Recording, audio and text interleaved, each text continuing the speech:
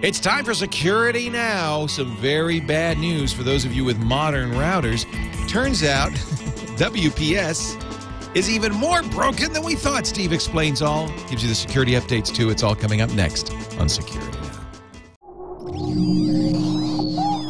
Netcasts you love. From people you trust. This is Twit. Audio bandwidth for Security Now is provided by the new Winamp for Android, featuring wireless sync and one-click iTunes import. Now with free daily music downloads and full-length CD listening parties.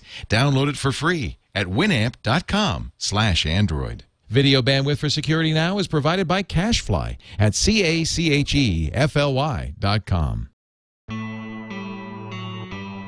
This is Security Now with Steve Gibson, episode 337, recorded January 25th, 2012. WPS, a troubled protocol. Security Now is brought to you by Ford, featuring voice-activated Sync App Link. Now you can control select smartphone apps with your voice, so you keep your hands on the wheel and your eyes on the road.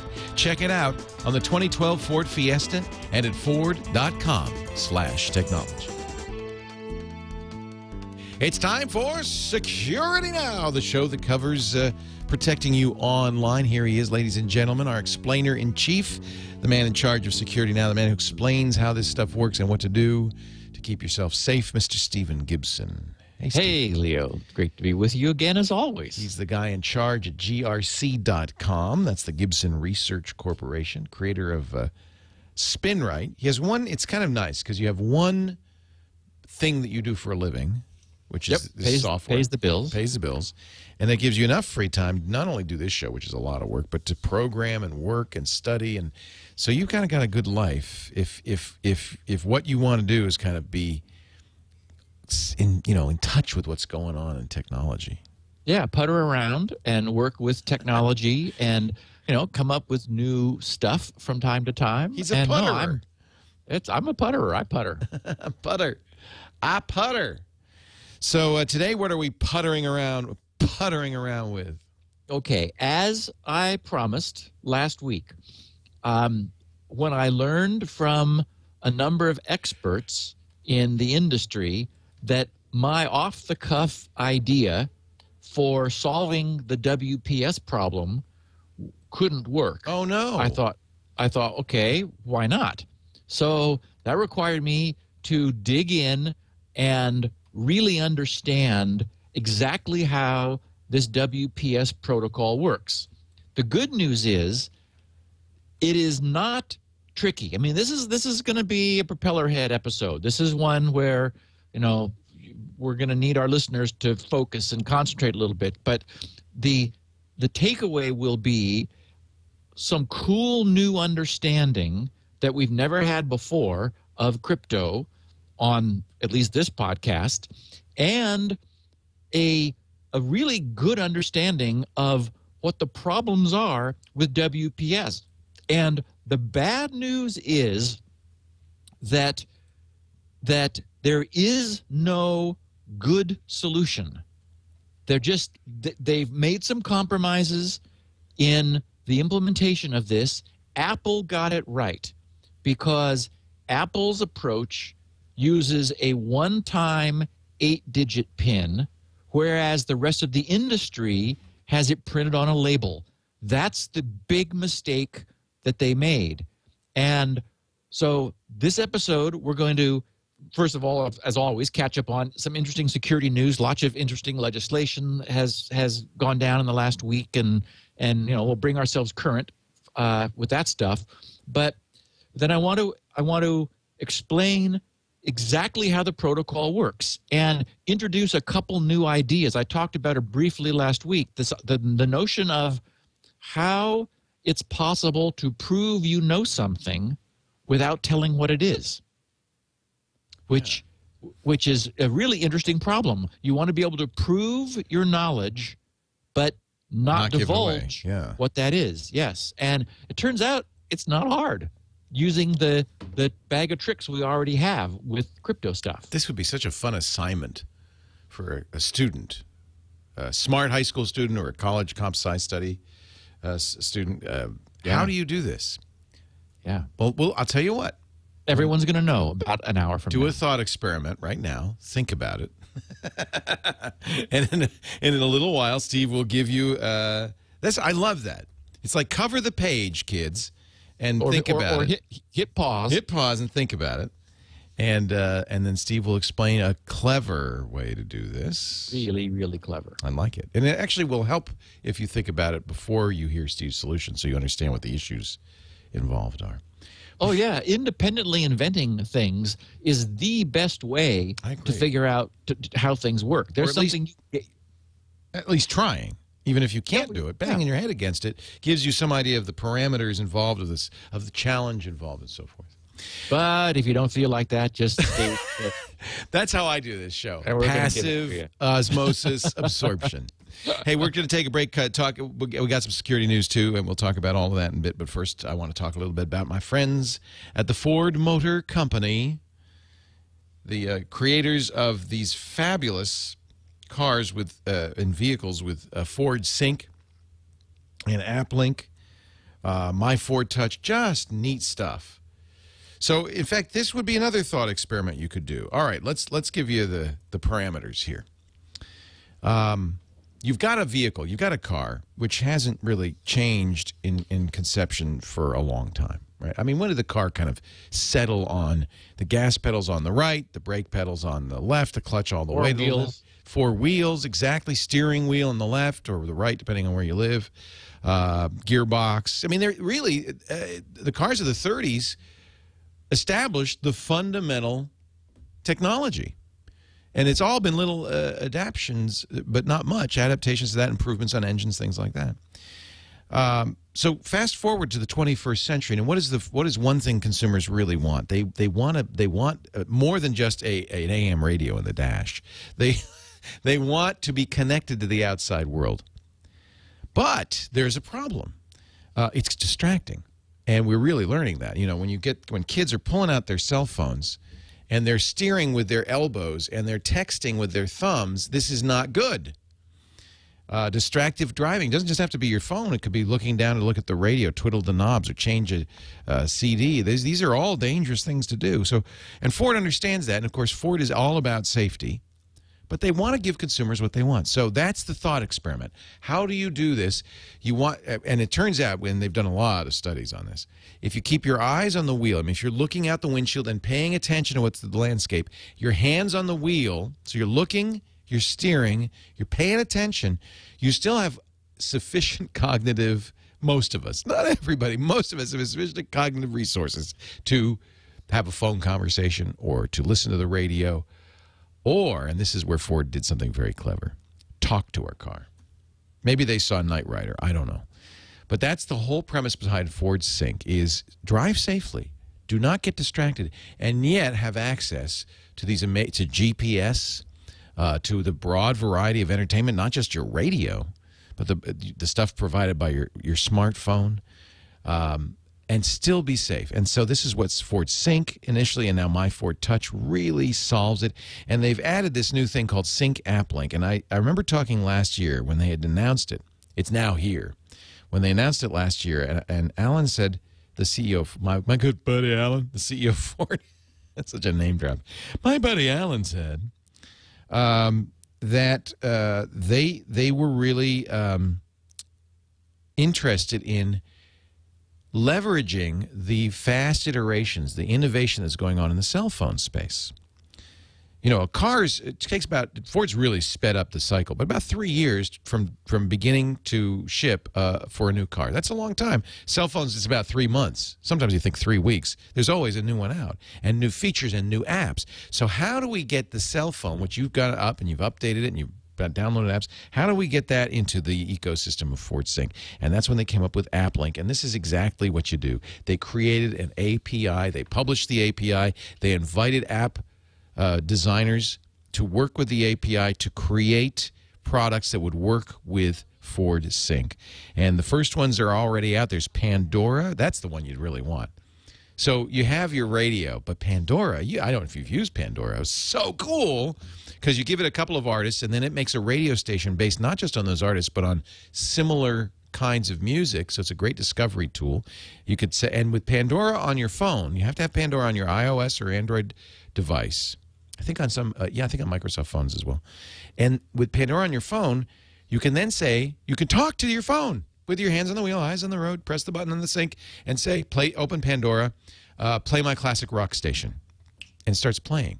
You have all the Pandora commands. You can say, tell Pandora thumbs up on that song, thumbs down to skip that song, bookmark that song so I can buy it later, that kind of stuff. But it's not just Pandora. They've had Stitcher. They've had Slacker. Those are podcast clients. So you can listen to this show. You don't have to download it ahead of time. You can just say to your phone, hey, Stitcher, go out and get Security Now 337 and play it for me, and it'll start playing. OpenBeak reads tweets. There are I think on a launch a couple of months ago they had 3 or 4 apps, and at CES they announced another dozen. It's so exciting. AppLink gives a car an API. How about that? OpenBeak. OpenBeak, for yeah. Twitter. Isn't that funny? I'd never heard of this program. You can read timelines or read replies with OpenBeak, and it's a completely open API. So other developers are working on this. It's just going to explode. Voice-activated sync with AppLink is available in many Ford vehicles, including the 2012 Ford Fiesta.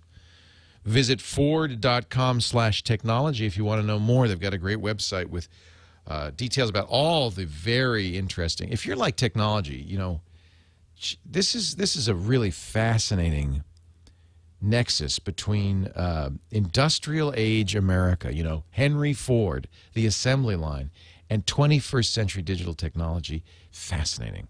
And I don't think this company has really established itself as the leader in this. Ford.com/technology, or you know what? The best thing to do, drive one at a Ford dealer near you.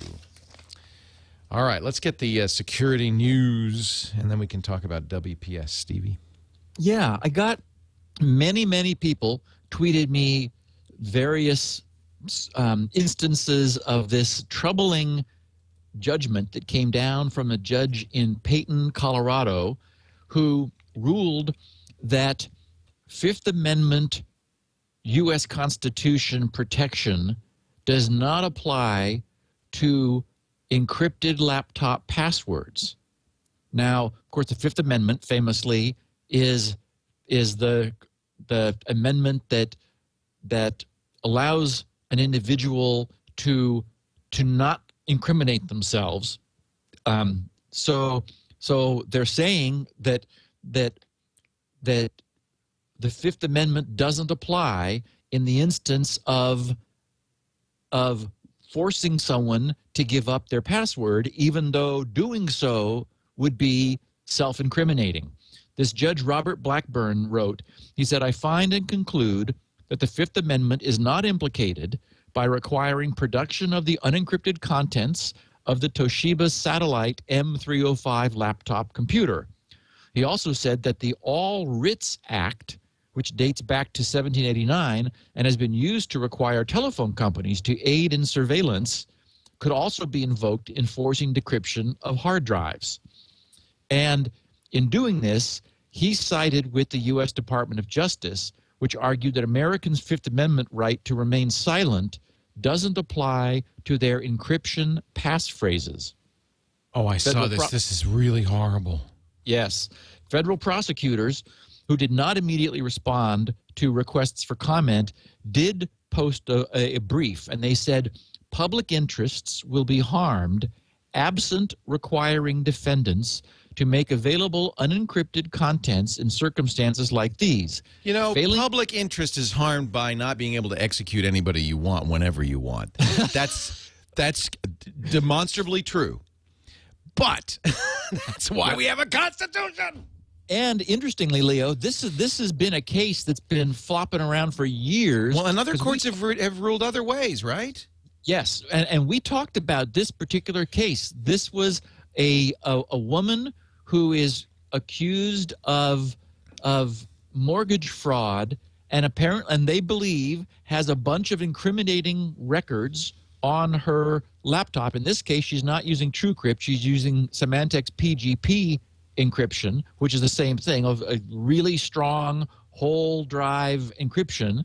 And she hasn't said she even remembers the passphrase, so she hasn't said that, but her attorney, who actually has done some work in the past for Phil Zimmerman, right? and PGP's so, creator. He's up to speed on this stuff. She got the right guy. Yes, exactly. So the DOJ says failing to compel Ms. Friscu amounts to a concession to her and potential criminals. And here we go again. Of course, we're marching out child pornography, parens, be it in child exploitation, national security, terrorism, financial crimes, or drug trafficking cases, that encrypting all inculpatory digital evidence will serve to defeat the efforts of law enforcement officers to obtain such evidence through judicially authorized search warrants and thus make their prosecution impossible. So basically that's a long-winded way of saying we don't like encryption. Yeah, because we can't prosecute bad guys. But and you're right. They always bring up child pornography, and they always talk about what this woman's alleged crime was, and that's not germane. Now, right now, this is just some random judge. It doesn't really matter. He was a Bush appointee, so he's been around for a while. This is not the Supreme Court. The Supreme Court has not confronted this topic, but a bunch of lower courts have.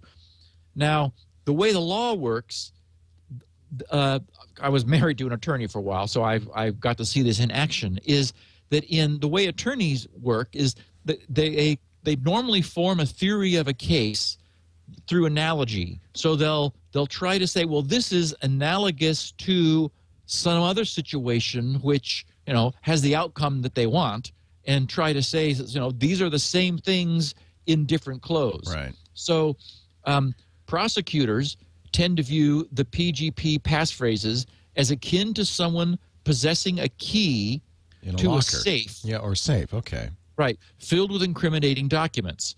That person can, in general, be compelled to hand over the key. Interesting. So there is existing case law where if someone had a key to something, then they could be forced to give it over. And so this all comes down to the Fifth Amendment and the right not to incriminate yourself. And so you're saying in the case of a physical safe, the courts have not deemed that protected by the Fifth Amendment. Yes.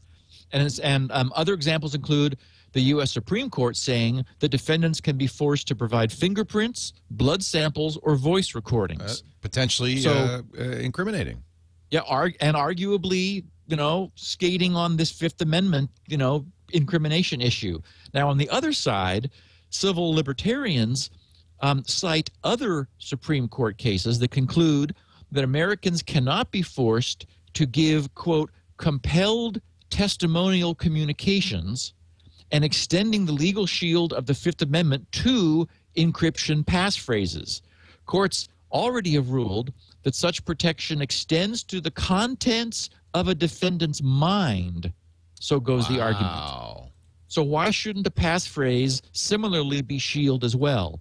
So the idea is, if it's a physical key, that seems to cut on the other side of this issue, and you can be forced to hand that over.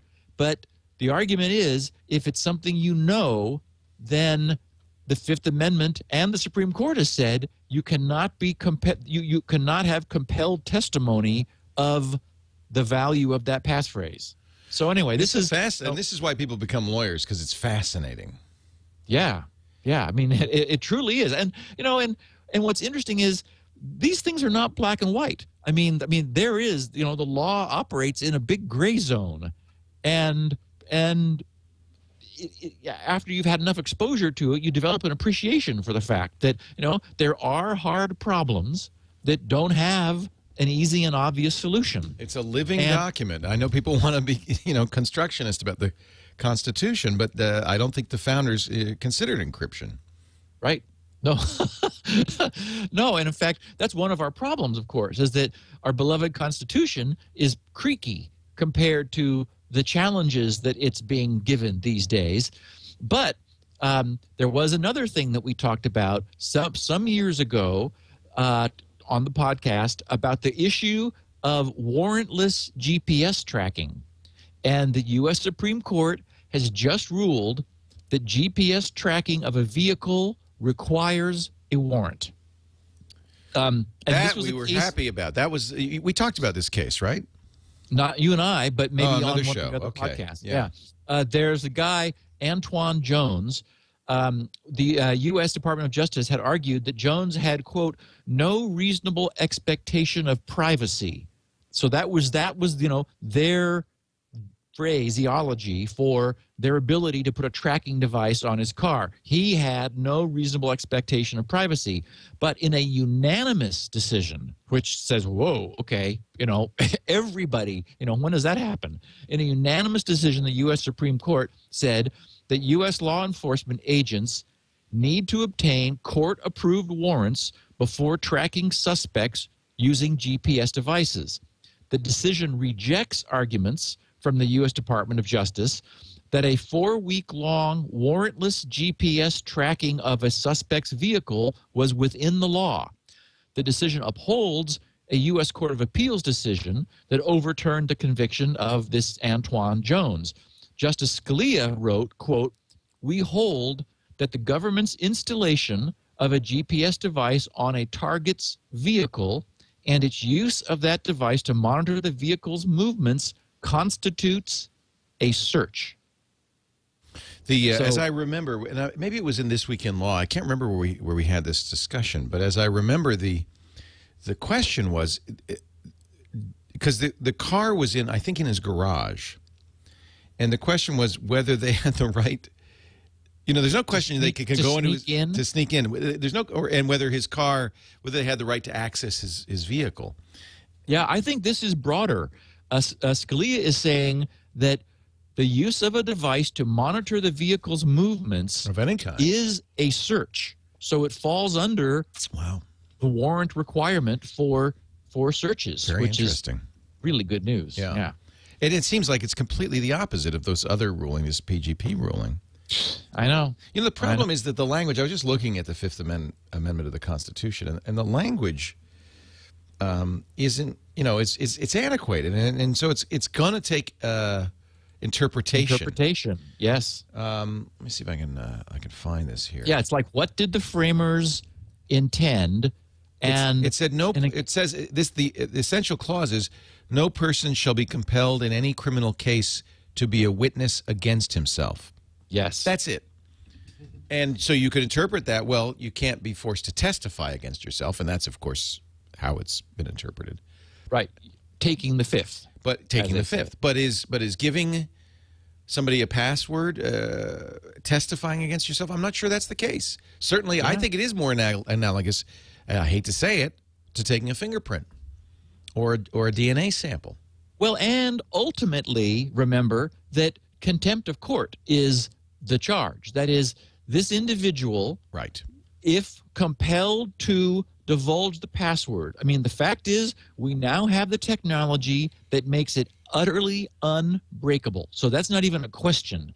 So this individual has complete control over whether the contents of the laptop will be released and made available or not. So she's able to say, I choose no. Right. And then the court holds her in contempt and does whatever they're going to do with her. They can keep her in jail indefinitely. That's the thing. Yeah, well, that's really good. And then, of course, that's why, and we've talked about this before, TrueCrypt has this plausible deniability feature. Where you're able to take slack space and set up another sort of another containment that no force on earth can prove is data. The way TrueCrypt works, it randomizes it and just looks like noise. Right. So you're able to say, here's my password. Look, there's nothing bad here. and then there is, however, like a trap door. There's a back door. There's another whole drive which is there. Now, the problem is everybody knows about that. It's not like it's a secret. So. Right. And there would be other ways for law enforcement. I once asked the Secret Service about this. We talked to the Secret Service. Patrick Norton and I flew out and spent some time with them, and they said, the truth is these cases don't come up much. This was, by the way, 10 years ago. These cases don't come up much because most of the time criminals just give us the password. It's not. In most cases, you get a confession of some kind. People tell you. Yes. And in researching this, there was another case where this was the same issue, and the individual gave the password, the drive was decrypted, and it provided evidence that led to his being found guilty, and he was incarcerated. Right. So, as you said, most of the time, people just confess. Right. And from my standpoint, as a technologist, I won't take an ethical or moral position. I'll just say, this is math, this is capability, this is technology. How it's used is not the technology's fault. It's the fault of the people. So, encrypting stuff is something that there are, lots of valid uses for. I want to be able to have my little 32 gig thumb drive on my keychain and have it immune from poking by the valet or, the car service station, because we know that's been a problem in the past. So, that's an entirely valid reason for me having really strong encryption and having access to it. And, unfortunately, criminals are going to be able to shield themselves using the same technology, but it's not the technology's fault. Right. Any more than it's the phone's fault that people can use a telephone to upset somebody. It's not, that's technology. It's neutral. Right. So DNS poisoning, it turns out, we haven't talked about for many years, since Dan Kaminsky warned the world that DNS servers were more vulnerable than we thought, but it apparently bit CBS. The hacker group Anonymous is claiming credit for changing the main DNS for CBS.com. Wow. It was 92.122.127.27, and it got changed. It was completely repointed to 198.99, 118.36, and 37. And, it only lasted 20 minutes because, again, this is not something hard to fix. The problem, of course, is that if the changed entries had a long caching time, then anybody who retrieved that DNS record during that 20-minute window would have caused that CBS the bad record to get cached for the duration of, which could be days or weeks. And so what happened was the site went completely black. It went completely dark for people who when they went to CBS.com, required querying the DNS system in order to get the IP. That is, if they had going through an ISP and the ISP's entry for CBS.com had expired, then the ISP would go and fetch it from the second-level servers and then cache it. So, it's a problem, and we don't know any more details. CBS is not saying anything except that, well, it only lasted 20 minutes. They're trying to minimize it. The problem is actually had to be longer lived than that. But DNS poisoning still is happening. Not often, but still a problem. It's really intriguing, yeah. Yeah, it is. Well, and it completely took the site. It aimed everybody who wanted to go to CBS and all of its subdomains. Everything got pointed. There wasn't even anything really there. There was a blank page with one file. So whoever did this wasn't, getting much benefit from it. So it was probably not planned. They probably saw a tiny window of opportunity to perform some sort of an attack and slipped in and did it, but really, weren't set up to present people with some, the danger, of course, is not to take them to a blank page, but to a fake CBS page with like all kinds of fake news and things. Or a page with a login for your Google account or something like that. Yep, exactly. And that's 20 minutes would be enough to capture quite a few. Oh, goodness, yes. Well, and again, as I said, if the caching record said this entry is valid for a week, then it wouldn't get flushed. Right. They'd still be serving the bad IP until it finally did expire, which is why DNS takes a while. While DNS changes take a while to propagate across the internet, because the power of DNS is that it is caching. However, it's worth noting that this could not happen with DNSSEC.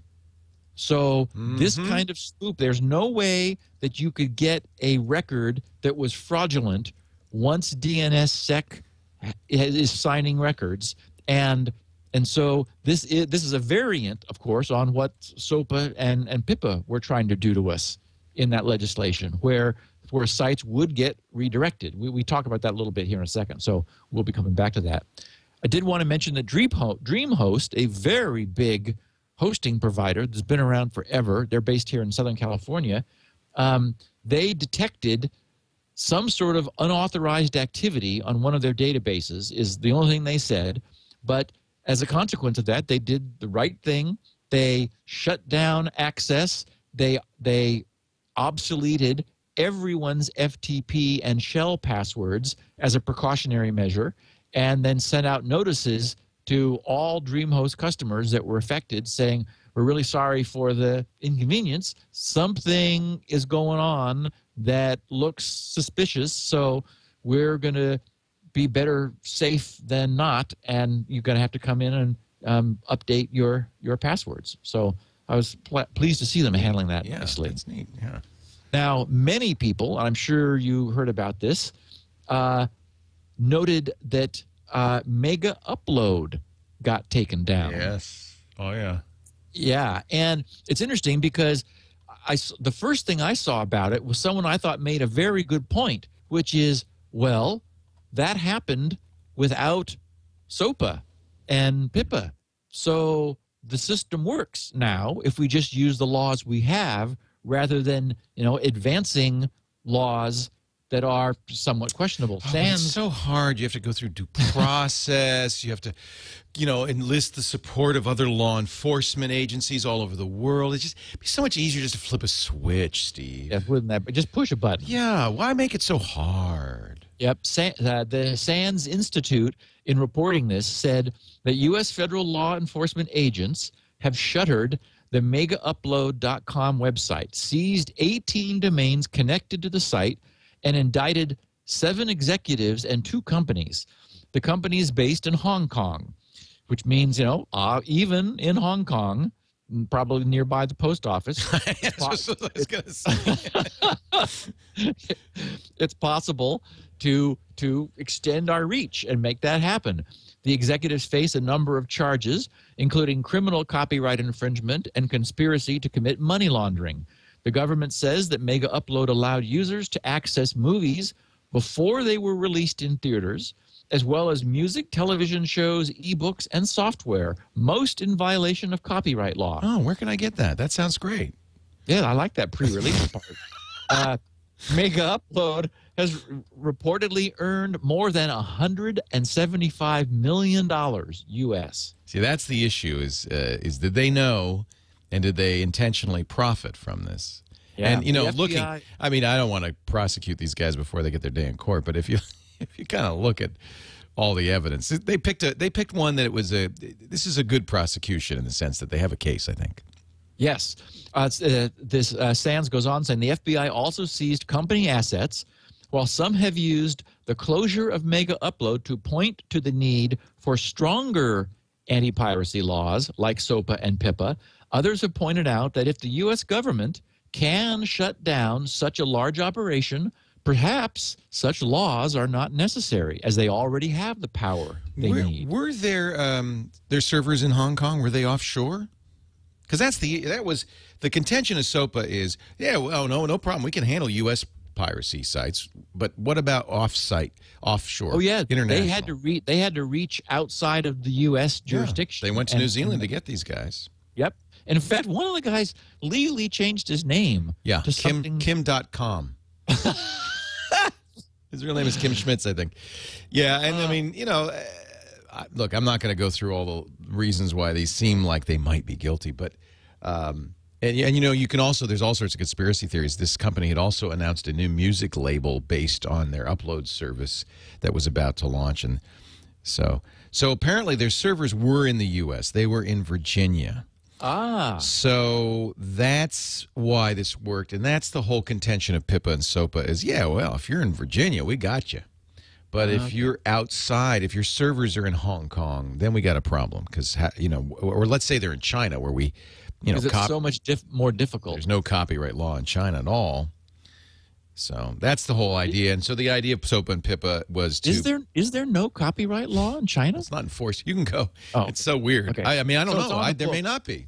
I don't know if it's on the books. So who knows what the law is? You can go in Beijing quite openly into a department store, go down to the basement, and every movie ever made is available on DVD, high quality copies. I mean, it's For $1. For $1. So it's wide open there. I can presume that if these guys had been running their servers out of China, that we wouldn't have gotten much cooperation from China. So that's the point. And of course that's why it's a broken system, because it doesn't take the servers down. It just kind of disconnects them from U.S. users by modifying DNS and search, and that's the problem. Right. Now, what was interesting, too, was a UK-based technology news site, v3.co.uk, reported that, quoting from them, panic is spreading among file-sharing websites with a U.S. user base. A lot of them went offline or changed their policies. Yes, they said FileSonic, FileServe, and Uploaded.2 all restricting their services following the shutdown of Megaupload last week. Quote, all sharing functionality on FileSonic is now disabled, says a message on the FileSonic homepage. Our service can only be used to upload and retrieve files that you have uploaded personally. Uploaded.2 and FileServe carry no messages on their homepages, but FileServe is said to be taking similar action to FileSonic, while Uploaded.2 reportedly suspended service to U.S. customers. So, that's really interesting, too. They looked at what happened and said, wow, we better clean up our act because we don't want to we don't want to, have ourselves rounded up and carted off. Right. Now, the EFF has a nice little piece that I wanted to share with our listeners. It's pretty short. It's the EFFs, of course, are our Electronic Freedom Foundation. Frontier Foundation. Frontier. That wasn't right. Frontier, yeah. Electronic Frontier Foundation. Right. They said post SOPA and PIPA, what's next? No legislation, more innovation. They said last week's historic protests made clear just what the tech community and internet users are capable of accomplishing when they act together. Not only have the Protect IP Act, PIPA, and the House counterpart, the Stop Online Piracy Act, been tabled for now, but in a welcome change, the public debate has increasingly considered the interests of internet users and the opinions of those who actually understand how the technology works. Imagine that, Leo. Despite this, we keep hearing people ask, what's next? And where do we go from here? Our answer, we don't need legislation, and let's keep moving innovation forward. The answer to maintaining an open, thriving internet does not lay in legislation, but rather in fostering innovative and often sometimes disruptive business models that allow content creators to get paid and consumers to have easy access and efficient access to content. We've seen time and again that consumers are willing to pay at a price point that makes sense for them. This is Economics 101. When new business models emerge, artists and fans win. It's only the traditional distributors and gatekeepers, we're looking at you, MPAA and RIAA, who lose. So it's no wonder that those parties desperately tried to ram through dangerous legislation to stop disruptive new business models with no regard for the attendant serious potential collateral damage. Remember that these are the lobbies that have a history of attacking nascent technologies as far back as the player piano. A modern-day case in point, last week's public takedown of Megaupload. We've only heard one side of the story so far, so let's set aside the many outstanding legal questions. But it's clear that many artists were using the site to connect with their fans. That's right. Given the legacy media companies' reluctance to innovate internally, it's especially unfortunate that the dramatic takedown of Megaupload could chill future innovators who would otherwise experiment with new business models.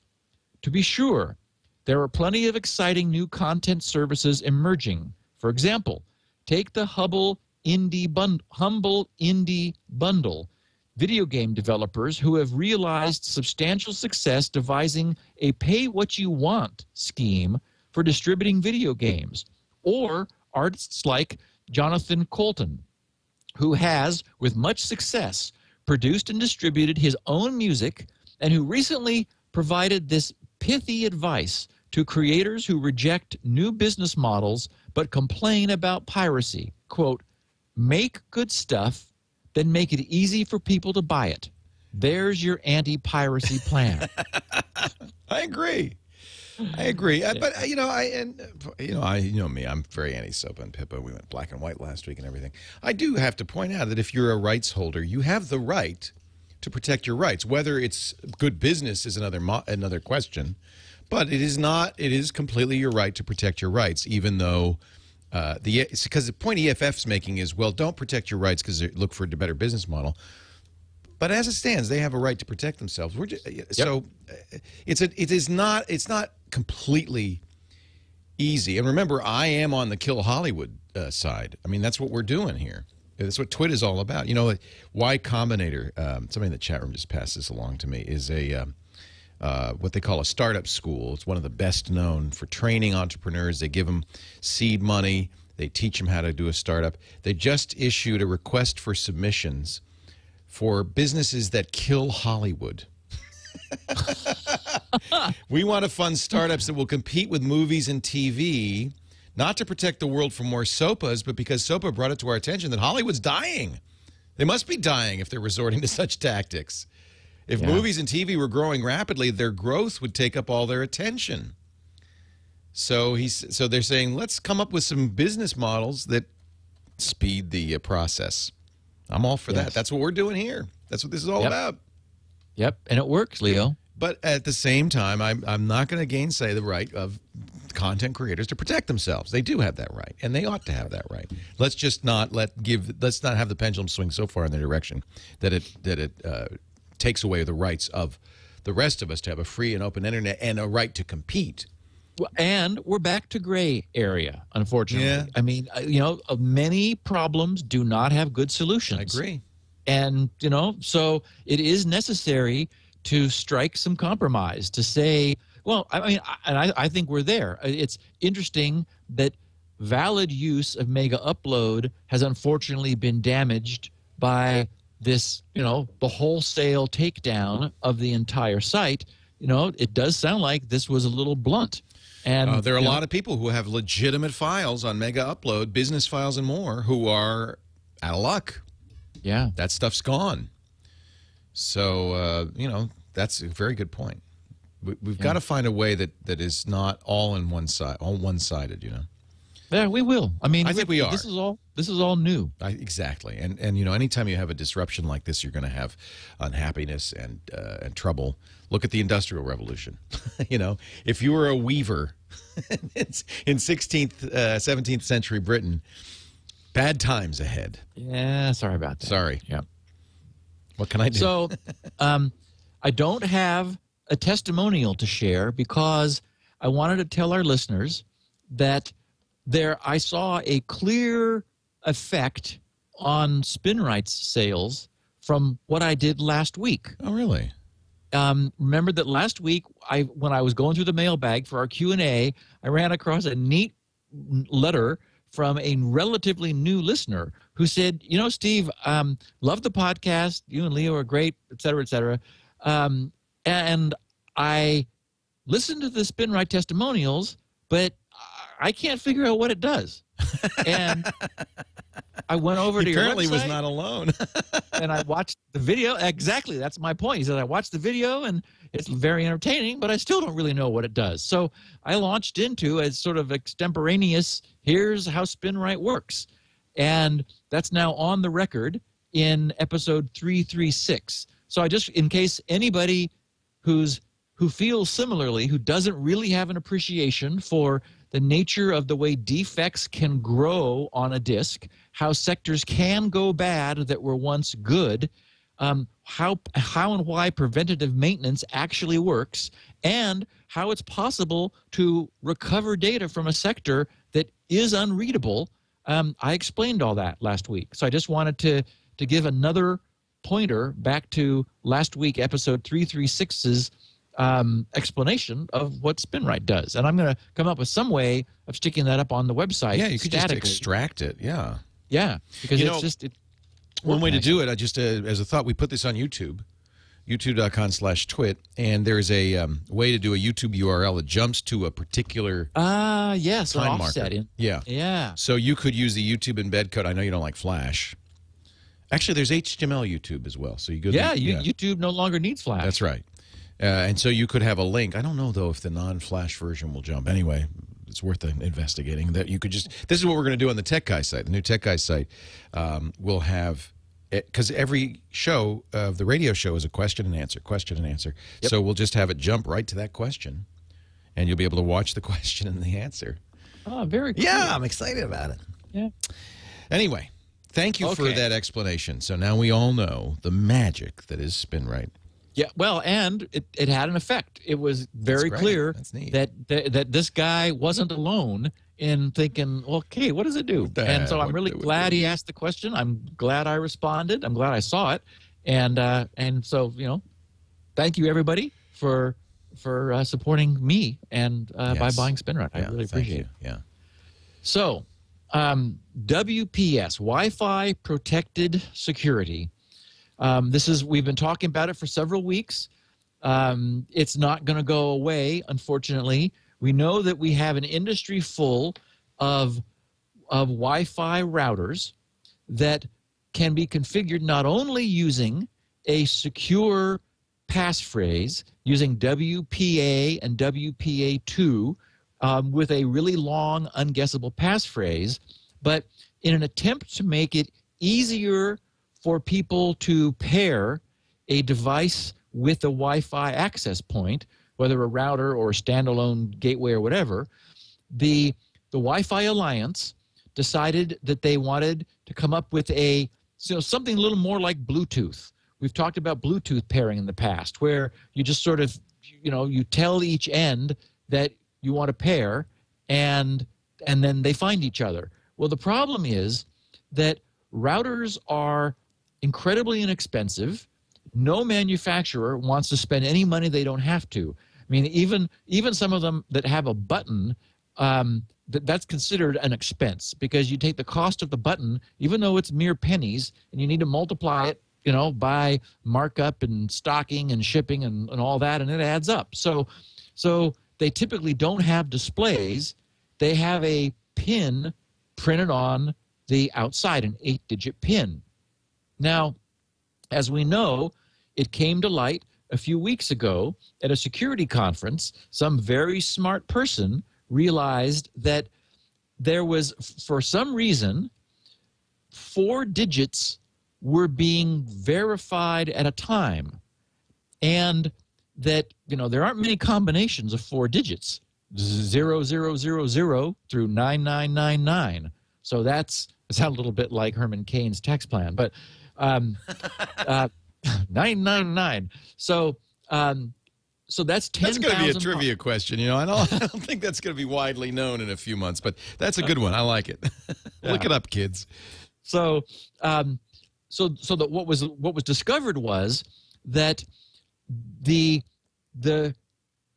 8-digit pin was being sent half at a time, and so what the result was a massive drop in effective security from an 8-digit pin, and arguably even that's not very secure. I mean, none of us would use an 8-character password.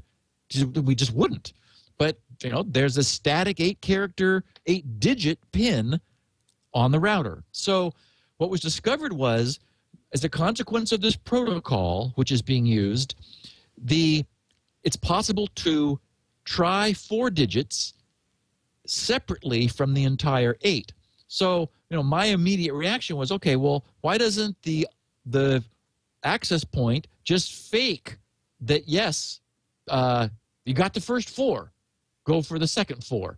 And instead of denying when the first 4 were wrong, hold that back until until all 8 have been guessed, and then the bad guy doesn't know that just the first 4 digits are incorrect. It doesn't allow him to tackle essentially the 8-digit pin 2 pieces at a time. Okay, so in order to understand why this was done, I plowed into the protocol. And what I learned was interesting, which is the reason we're talking about it, because I think all of our listeners who get a kick out of, as you said, Leo, thought experiments, how would I solve this problem? This is explainable, in one of our typical, security now, everyone's going to understand this when we're done ways that I think people are going to get a big kick out of. So, first of all, the reason that the protocol was designed as it was it requires mutual authentication. That is to say, if you think about it, it's not just the client that needs to prove that it knows the router's PIN, because this is radio, and we don't really know who we're talking to. It could be someone next door or upstairs or downstairs. It could be somebody within Wi-Fi range that we're connected to. So think about it. It's that if there was a third party, if there was a malicious access point that was trying to get you to connect to it, I mean, it would want to. It would be able to have all of your unencrypted traffic and get up to all kinds of mischief that way. So there's a tremendous incentive for an evil access point to pretend to be the access point you want to connect to and you think you're connecting to. Instead, you're connecting to it. And because remember that our encrypted traffic is only encrypted in the air, and unless we're also over SSL for endpoint-to-endpoint encryption from the client out to a remote server, then the access point decrypts it in the clear. So malicious access points are a problem. The point is that the malicious access point also does not know the actual target access point's PIN. So what we want is we want to require the parties at each end of this connection, this sort of nascent, we're in the process of building some trust between party A and party B, or the client and the access point, the server. We want both ends to have to prove that they know this PIN. That way we know that we're connecting to the access point that we intend, because it knows the PIN that's printed on its own label. But a bad guy can't produce the PIN. So this isn't a unidirectional client proves it knows the PIN. This has to be bidirectional. It has to be mutual authentication. Now, here's the problem. Again, it's radio. So it's in the air, and we have no security. There's no starting security. We have a client that the access point has never encountered before. They don't know anything about each other. They don't know make, manufacturer, model number. They know nothing. So we don't have something like we have with SSL, where we've got the whole certificate authority system, where, for example, the access point has a certificate that was issued by VeriSign or DigiCert, and the access point has a known label, which, for example, in case of SSL, is a domain name, and we're connecting to it with that domain name, and we know that nobody else has that domain name, et cetera, et cetera, et cetera. There's a whole infrastructure in place that we've discussed many times, which SSL uses for connecting to remote servers and authenticating. That is, it's not just security, it's they're proving who they are thanks to this whole certificate authority system. We don't have that here with a Wi-Fi client and some random access point. They're starting from ground zero. And a bad guy by definition, can eavesdrop, that is, listen to all of our communications, can inject their own traffic, can modify the traffic in a man-in-the-middle sort of way, can intercept, delete, or drop any traffic. We have to be secure against all of that, which is a really interesting problem. If you think about, like, there's three people here, three actors. There's two who are trying to develop a trusted connection, and a third that we're trying to exclude from that, yet we have given it full attack power. It can do anything it wants to our communications. So this is a cool problem. So the question is, how does each end of the good guy connection prove that it knows this one pin?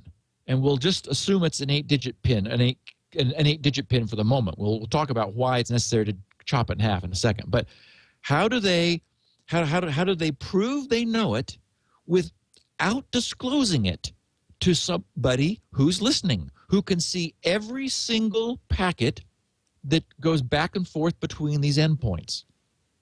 Well, the way this is done is very clever.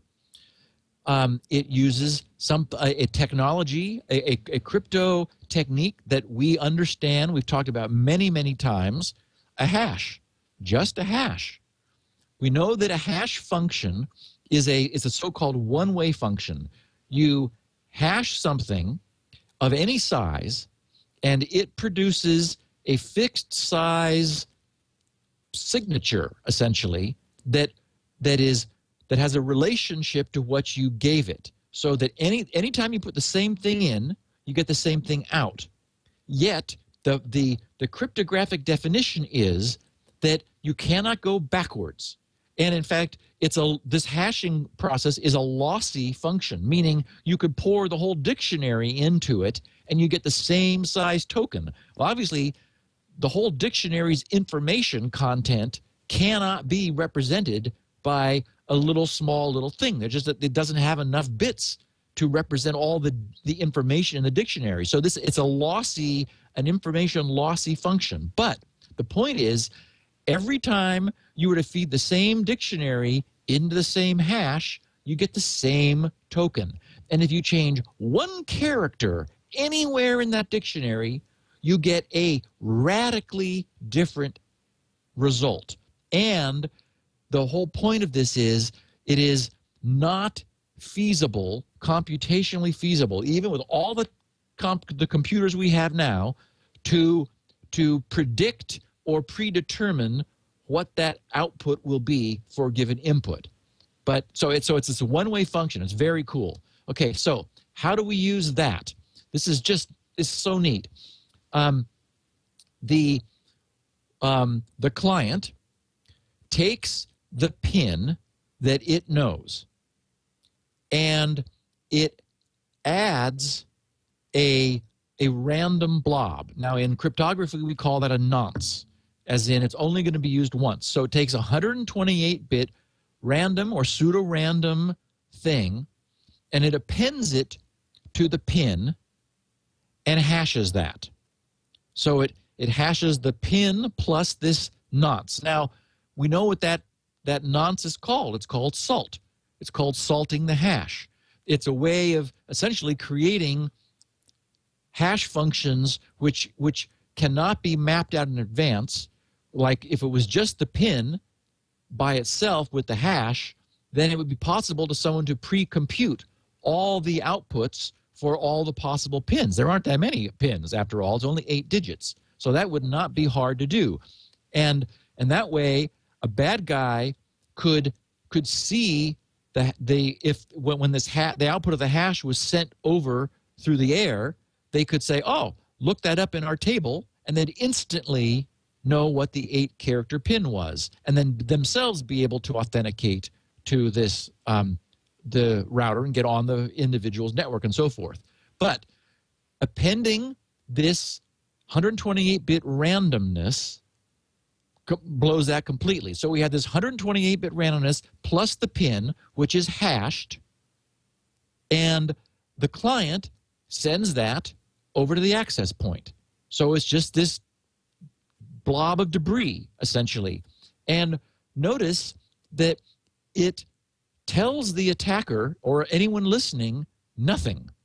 All they get is noise, 128 bits, or what? Well, actually, I should say whatever the hash size is.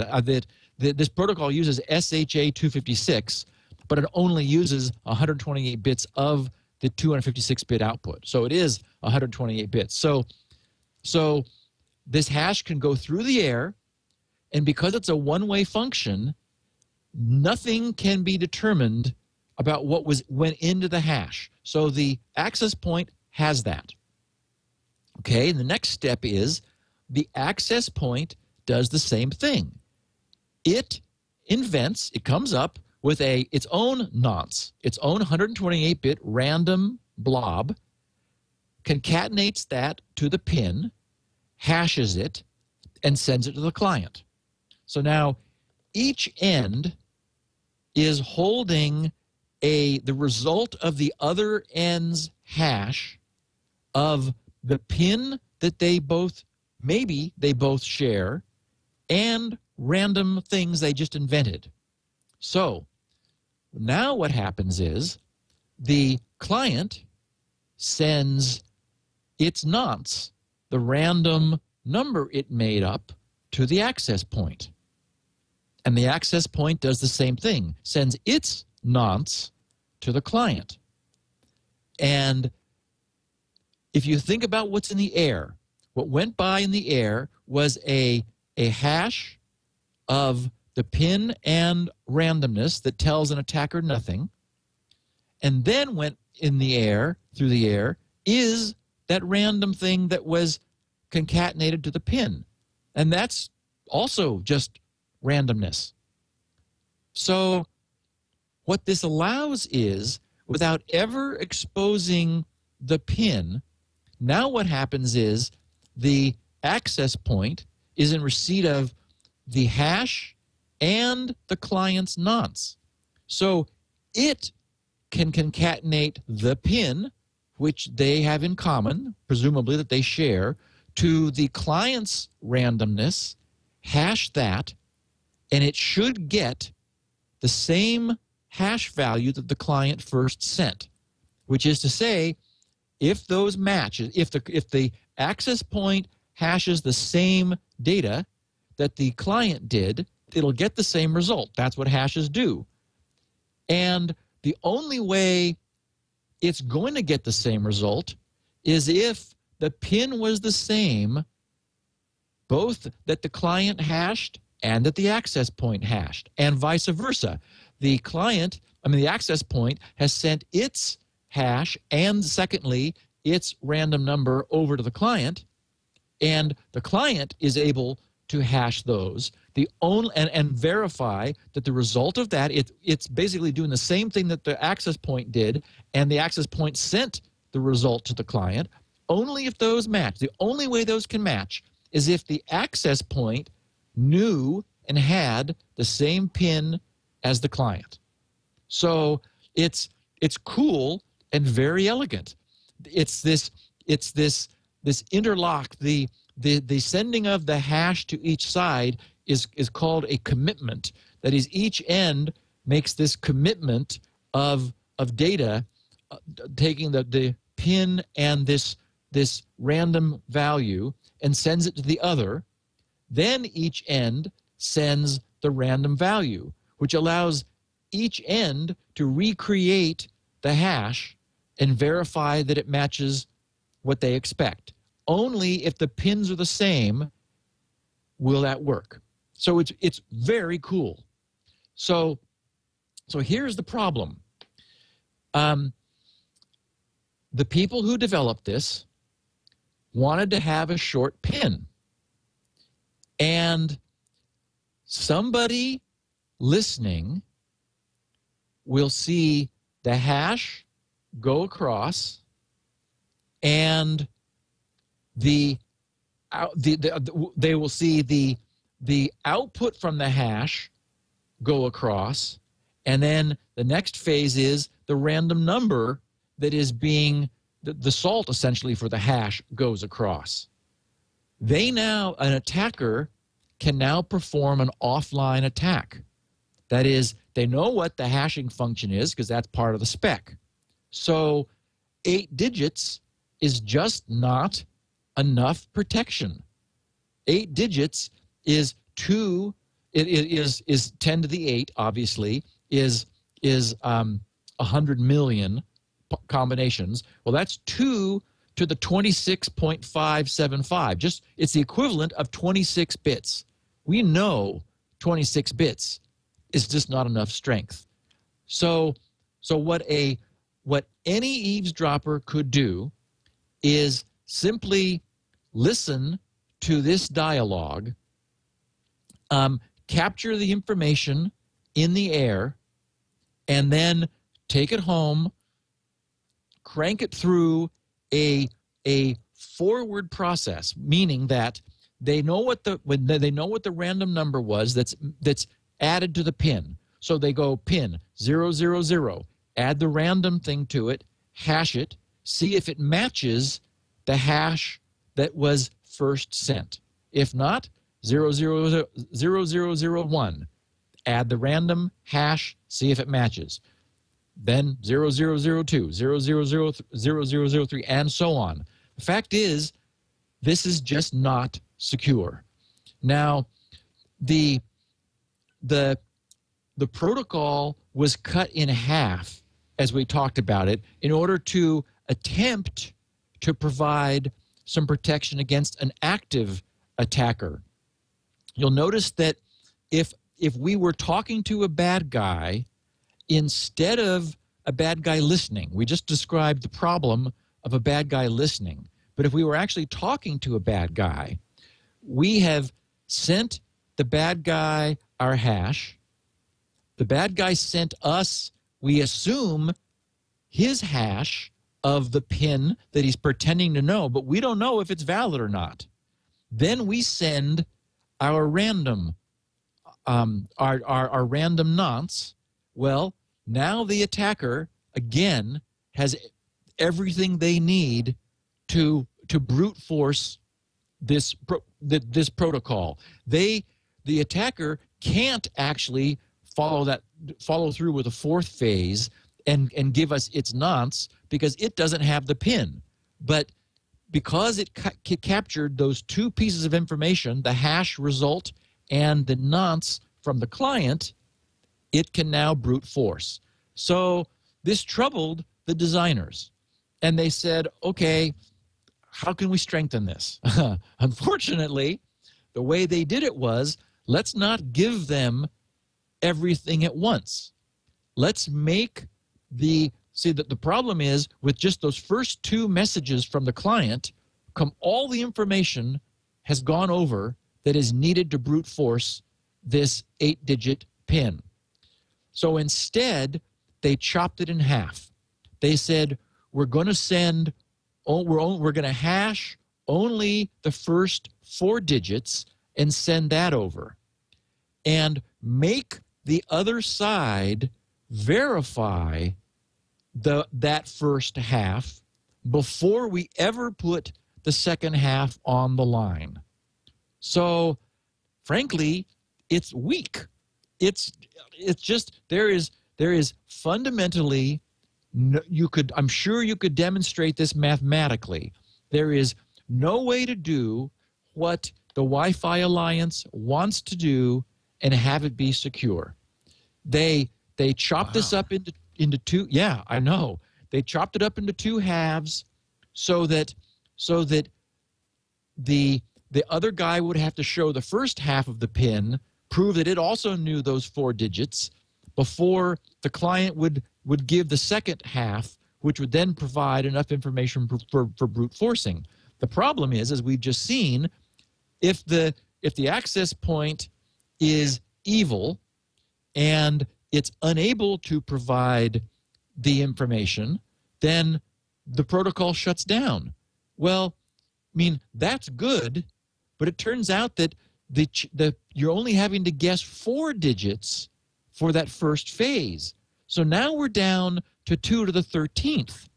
That is half of that 2 to the 26th. We're 2 to the 13th bits. So it's easy to do some math and say, if I have a 1 in 10,000 chance of guessing, and I'm able to guess once every 2 minutes, for example, which is like what these access points do, is they go dark. If you get 3 guesses, then it's dark for some number of minutes, then it lights up again.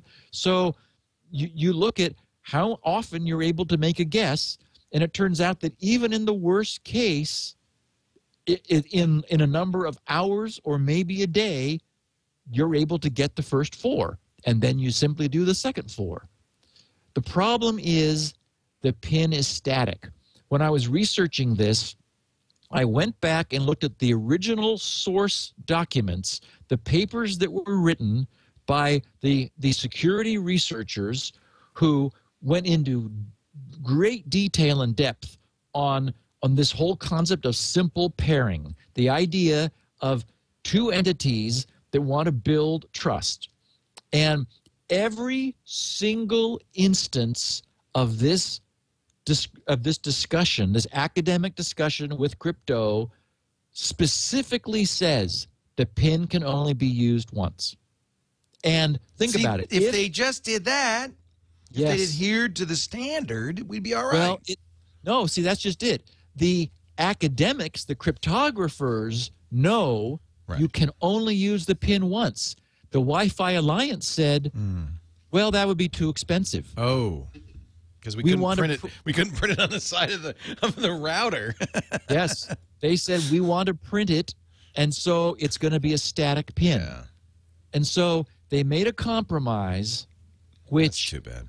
Is really a problem. So standing back from this now, I mean, I know I just dipped everybody's head is in some serious protocol, but what the takeaway from this is that if anybody who ever listens to WPS pairing can take it home, can take the traffic home and crack it.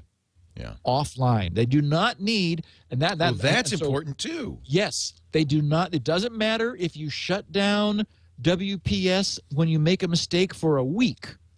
If a successful pairing is observed. Oh, wow. That's the problem. That's a bigger hole than I knew. I mean, that yes. is, yeah. As I said, there was some new information in this podcast, Leo. That's not good.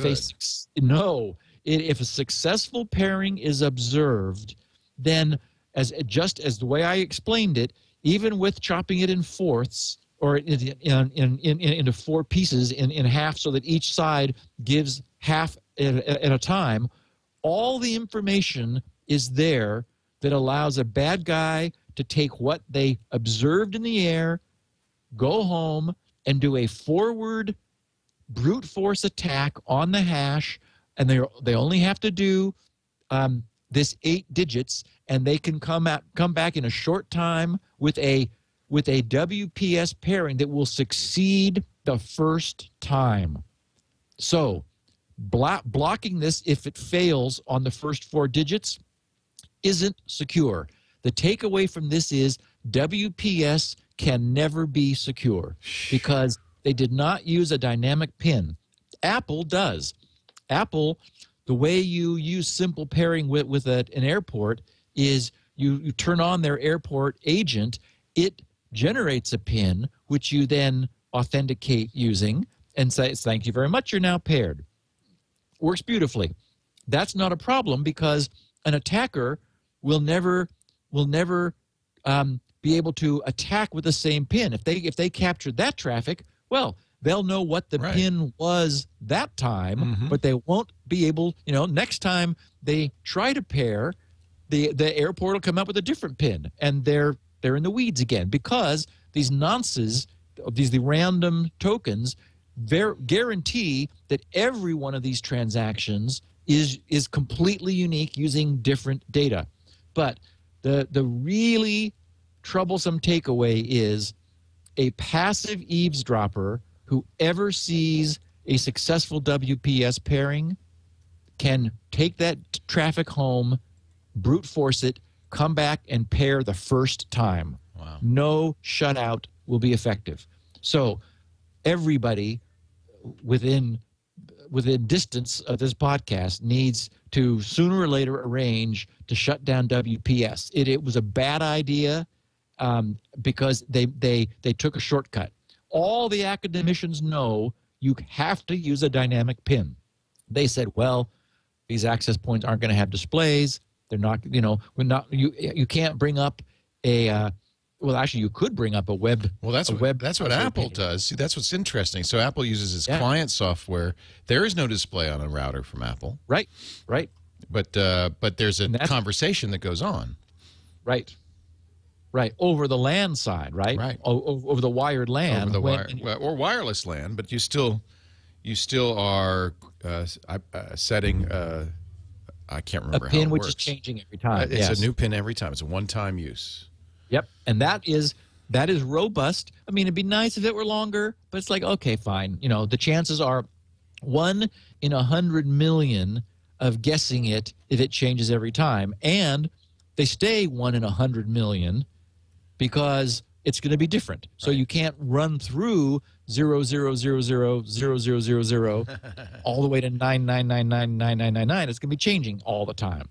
So we have a troubled protocol with wireless protected security, and the only thing people can do is turn it off. And if you have a Linksys, you can't turn it off. Currently, it's going to I have not looked recently and updated where vendors are. Vendors tend to move rather slowly. They're scurrying around. There was I contacted the PR firm 2 weeks ago when we first talked about this for the Wi-Fi Alliance, and was given a statement that sounded like it came from a PR firm that basically said nothing. There was no technological component at all. And it's like, okay, well, that didn't tell me anything. But it did say there are 3 things that we have identified, and we are in communication with all Wi-Fi Alliance partners and working with them towards a solution for this. And it's like, okay, good luck with that. I mean, certainly Linksys needs to be able to disable this. Netgear, we know you can disable it. Everybody needs to disable it. This was a bad idea, and at least our listeners know. Similar to WEP, although easier to crack. Well, and the developers knew this. This is not a surprise. There are charts showing that 2 raised to the negative 13.36 or something, which is the number of guesses, the probability of guessing a 4-digit PIN. They understood that there was a brute forcing, there was a guessing problem, or there was an offline brute force attack, which is why you can't use the same PIN. But if it's printed on the back of the router, you're stuck using the same PIN. That's the router's PIN.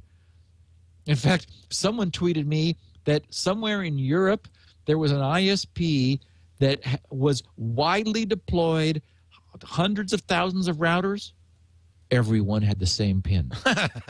They didn't even change them. It's like, oh, God. Come on. I mean, that's a disaster.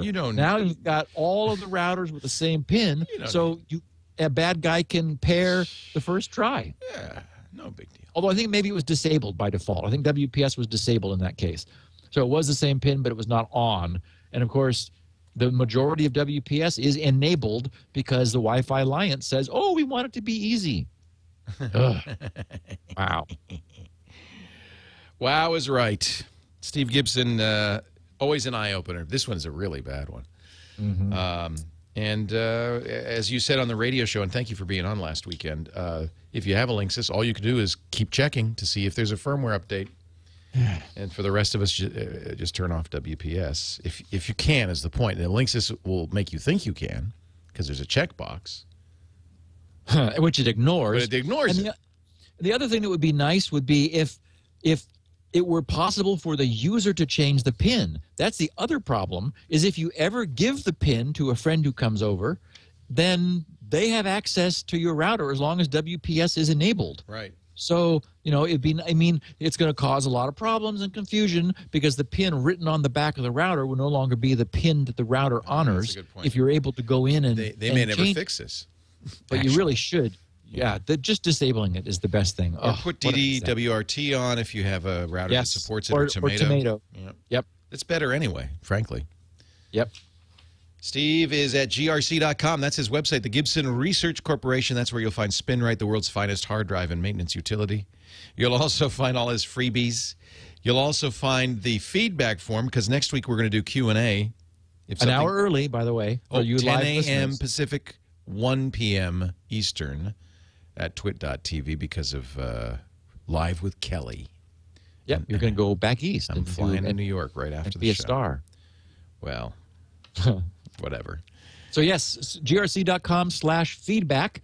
Fill up my mailbag with thoughts and questions, and we'll do them next week. Excellent. Excellent. Steve, by the way, if you're there, Steve always makes 16 kilobit audio versions available for the people who are really bandwidth constrained, maybe on a smartphone or something. And he also has transcripts, which is really the ultimate in squeezed down size. All at grc.com. At twit.tv, we have the video. We have audio and video.